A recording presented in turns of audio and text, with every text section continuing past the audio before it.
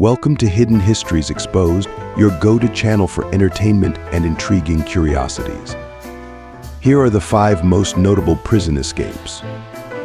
Let's start with John Dillinger, who was a famous bank robber, and oddly enough, he was very popular among citizens during the Great Depression. He teamed up with his crew to pull off a $1 million heist. In 1934, nobody was arrested for killing a police officer, but not for long the ingenious gangster carved a gun-shaped piece from a wooden washboard and painted it with shoe polish. Then, he held one of the guards at gunpoint and used him as a hostage to escape from prison. A few months later, he went with his girlfriend to the premiere of a movie, and FBI agents were waiting for them outside the theater. He took 3 shots in the back and died on the way to the hospital. John Dillinger's escape and subsequent final capture illustrate the audacity and determination of one of the most notorious criminals of the time. His story continues to be studied and fascinates to this day, with various theories about his life and death. In 1962, American businessman Joel David Kaplan was convicted of murdering his business partner. Although he denied the accusation to the end, the Mexican court remained steadfast. Kaplan was sentenced to 28 years in prison. However, his sister conceived a daring plan for his escape. The plan involved a Bell 47 helicopter, piloted by a Vietnam War veteran and disguised as a police aircraft. At the right moment, the helicopter landed in the courtyard of Santa Marta Acatitla prison, accompanied by Kaplan's partner, Venezuelan forger Carlos Castro. Without the guards daring to open fire, Kaplan boarded the helicopter and departed. This daring escape became world famous and became known as the escape of the century. It's impressive how Kaplan managed to evade justice and remain free in the United States after his escape from Mexico. This saga is an example of cunning and determination, even if it wasn't a conventional escape. On June 11, 1962, Frank Morris and the Anglin brothers, Clarence and John, escaped from the federal maximum security prison on Alcatraz Island, located in the San Francisco Bay, United States. The escape was meticulously planned over several months. Morris and the Anglin brothers, known for their skills as thieves and their previous attempts to escape from other prisons, worked together to create an elaborate escape route. They began by digging through the walls of their cells with improvised spoons, using a mixture of toothpaste and toilet paper to fill the cracks and avoid detection by guards. They also crafted papier-mâché dummy heads and human hair obtained from the prison barbershop to deceive guards during nightly checks. After making a hole large enough in the walls of their cells, they accessed a ventilation shaft and climbed to the prison roof. From there, they descended to the ground and made their way to the dock, where they had prepared an improvised raft made of raincoats and other materials. The escape was only discovered the next morning during the prisoner count. An extensive search was conducted, but no sign of the fugitives was found. It is believed that Morris and the Anglin brothers may have successfully crossed the bay, despite the dangerous conditions of the cold water and strong currents. To this day, the fate of the fugitives remains unknown. Some believe they may have drowned in the attempt to cross the bay, while others believe they may have managed to reach the shore and disappear into society. The Alcatraz escape remains one of the most fascinating and enduring mysteries in U.S. criminal history. The prison escape of Michel Vaujour is an incredible story that took place in France in the 1980s. Michel Vaujour was a French criminal convicted of a series of bank robberies and attempted murder of police officers. In 1986, he was serving a 28-year sentence at La Santé prison in Paris.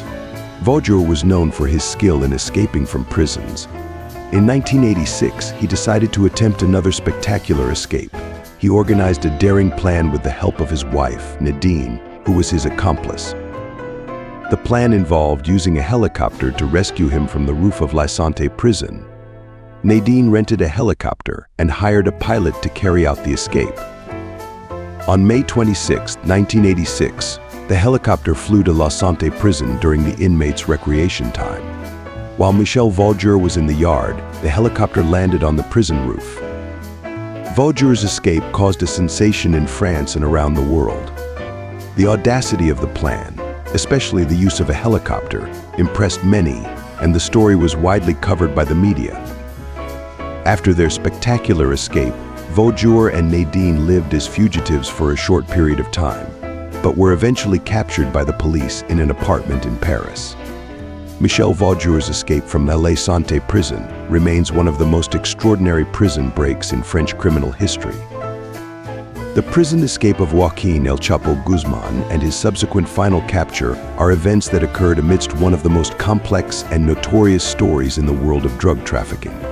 On January 19, 2001, Joaquin El Chapo Guzman, the head of the Sinaloa cartel, escaped from the maximum security prison of Puente Grande, Mexico.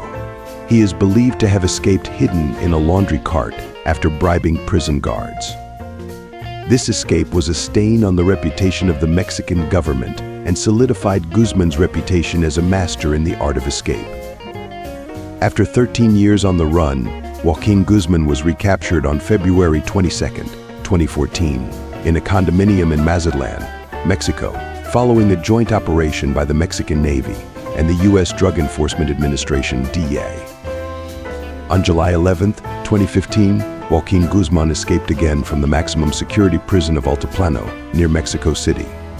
The escape was carried out through a tunnel approximately 1.5 km long, connecting Guzman's cell to a nearby construction site. The tunnel was equipped with lighting, ventilation, and a modified motorcycle to facilitate the escape. This second escape caused a scandal and raised serious questions. After 6 months on the run, Joaquin El Chapo Guzman was recaptured on January 8, 2016, during a military operation in Los Mochis, Sinaloa, Mexico. The operation was the result of a joint investigation between Mexican and American authorities. His recapture was once again considered a major victory against drug trafficking, although it was a source of embarrassment for the Mexican government. On July 11, 2015, Joaquin Guzman escaped again from the maximum security prison of Altiplano, near Mexico City. The escape was carried out through a tunnel approximately 1.5 km long, connecting Guzman's cell to a nearby construction site. The tunnel was equipped with lighting, ventilation, and a modified motorcycle to facilitate the escape. This second escape caused a scandal and raised serious questions. After 6 months on the run, Joaquin El Chapo Guzman was recaptured on January 8, 2016, during a military operation in Los Mochis, Sinaloa, Mexico. The operation was the result of a joint investigation between Mexican and American authorities. His recapture was once again considered a major victory against drug trafficking, although it was a source of embarrassment for the Mexican government. After his recapture, Joaquin Guzman was extradited to the United States in January 2017 to face charges of drug trafficking, money laundering, and conspiracy to commit murder. He was tried in New York in 2018 and sentenced in February 2019 to life in prison, plus an additional 30 years.